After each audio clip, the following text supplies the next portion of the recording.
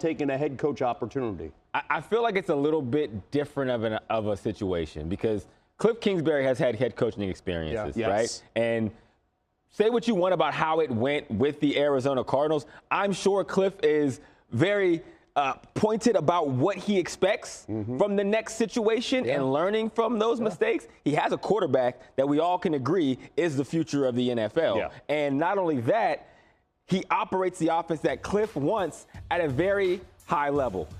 If I'm Cliff Kingsbury going into this offseason, what you have to fight against is your own tendencies, because it's not just a sophomore slump for Jayden. It will be the offense as well, because they're going to study Jayden. They're going to say, what does he like to do? What makes him comfortable? What kind of plays does Cliff like to call for Jayden in certain situations? And it's going to be harder in year 2. It always is, because that's what the NFL is about. I love what you said about tendencies, because as an offensive play caller, and those guys on that side of the ball, when things work, we say it all the time, keep running them. Don't try to change it up. But you give defenses a full 17 games, and then you include the playoffs in there. Well, now we can dissect who Jayden Daniels is and who Cliff Kingsbury is as an offensive coordinator with him under center. Going into this first season, you have no idea what you're going to get, how much QB run versus moving the pocket, all of these different things. And then you end up getting all the 4-by-1 formations, 2 running backs out there, and everything that Cliff Kingsbury threw at them. Now going into this season, you have to have the answers to the test when you show up. If you're Cliff Kingsbury, you're studying your own offense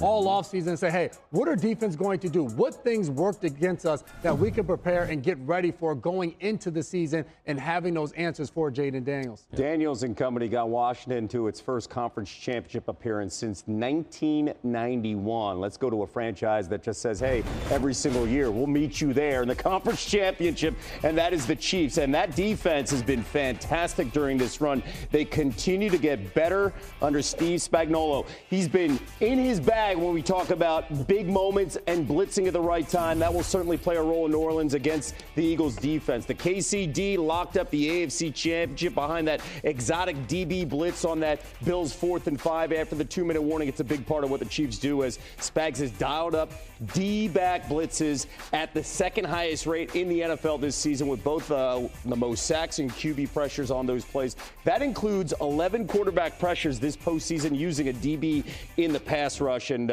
I'm sure that makes you smile. Oh, absolutely. I mean, you got the green light to get in the backfield? We saw, and it's not only getting the backfield, Spags, you got to draw it up clean so nobody touches me. As a DB coming through, if a lineman slides to me, if Deion Dawkins is sliding to me, I'm coming in right away. When he gets there, I'm just stopping my tracks. I'm just looking at the quarterback. I'm going to jump because I'm not running into no 300-pounder. So that's what Spags does such a good job of. He designs it for unblocked defenders. But I think outside of just the blitzes, it's the communication of this defense and their ability to solve any issue. Right here, we have the Buffalo Bills coming out in the 4-by-1 set that Orlovsky details all the time. Right away, the safeties start to communicate what their third down call is and how do they get to it. And we're seeing Cook right now talk to Connor because they have a double team on Khalil Shakir. They have to make that eye contact and know, hey, I'm working with you. So now Connor looks at Justin Reed and says, hey, you're locked on Dalton Kincaid. You have him. Watson is man-to-man right there in front of Mac Hollins. So now in a bunch can be the hardest time to make a double team and figure this thing out. But when you communicate, when you're looking at each other, when you're using hand signals, you're able to figure out ball snaps. They get off the line. The double team is executed. Shakir is not open. And now they have to throw the ball against Trent McDuffie, their best DB one-on-one against Keon Coleman. When Spags is sitting in the office and you're drawing up this defense, you're saying, all right, this is exactly where we want the ball. Our best corner against your third, maybe fourth wide receiver, and I'll live with it. Mac Hollins made a big catch in that game against Trent McDuffie, but you go as a defense, you say, you know what? They got us on that one, but I feel comfortable with this defense and my guys executing it. Yeah, you take your chances. And going into the Super Bowl, the Eagles have to be prepared for some of that pressure from the defensive backfield. There's a couple of plays. We remember the 4th down play that we saw against the Bills, and what Spags likes to do is he's going to overload blitz from one side with 2 defensive backs to try to get that offensive line to ruin their gap assignments, and delayed blitz from the corner, which is actually turned into the nickel there. And I went back to 2017. This is against Aaron Rodgers. This is them picking it up. Same blitz. Delayed blitz, overload to one side, but you see the offensive line, and Aaron Rodgers slide the protection the right way. they're going to have to be prepared for that, the Philadelphia Eagles, and not get cut off guard by what Spags has been known to like. You pulled out 2017 tape. We went deep into our film bag this week, man. Me and J-Mac was. I love that. Dive deep. We got a little whiles away for the Super Bowl, so we're making content here. Kev. Maybe the most important thing for this Eagles offense cannot be in a 3rd and 6, 3rd and 7 because the blitz is coming. Yep. Right? Yeah. On that 1st and 2nd down, you got to take some big chunks here because you know Spags is not going to hold back. And by the way, if they have a coordinator Hall of Fame, he's first ballot. Spags been phenomenal in his career as a DC. We're just getting started here on NFL Live. The Browns hold the 2nd pick in this year's draft. Is top prospect Shedeur Sanders the missing piece in the dog pounds veteran offense? J-Max tells us what he thinks next. Plus, we have a special edition of our favorite segment, Lost in Translation, to kick things off. Take a listen to Jaguars' new head coach, Liam Cohen's interesting pronunciation of this. Oh, man.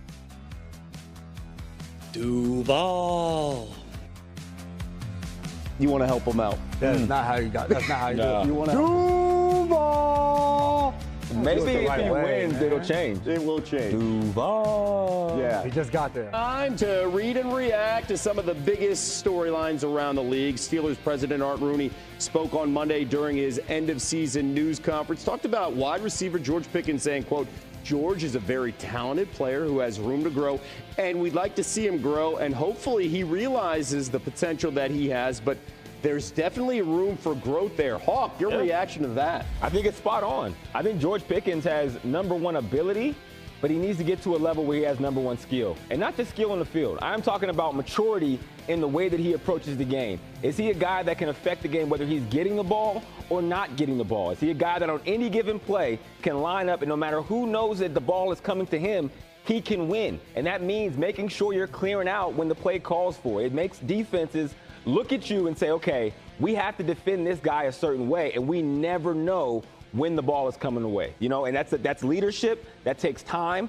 That takes experience, but it takes an investment from George Pickens into himself and into the process of being a professional. Kid's got so much talent, so much maturity. talent. So much talent. All right, to Buffalo, where it's starting to become a theme as the Bills lost to the Chiefs in the playoffs for the 4th time in the last 5 seasons, with Josh Allen falling to 0-4 when opposing Patrick Mahomes in the postseason. It's the first time in NFL history that one team has eliminated another in the playoffs 4 times over a 5-season span. So, J-Mac, what stood out to you and how the Chiefs got it done this time around down the stretch? Well, you see this play. This was a 4th and 1 earlier in the game, and to me, it comes down to it. The Chiefs execute when it matters most. They came back to the same exact play at the end of the 4th quarter to try to ice this game, and then they put it away with this pass to Samaje Perine, a same pass that they ran in 2017 I saw against the New England Patriots. Andy Reid and this Chiefs team, they know how to operate when it matters most, and that's what the Buffalo Bills are missing.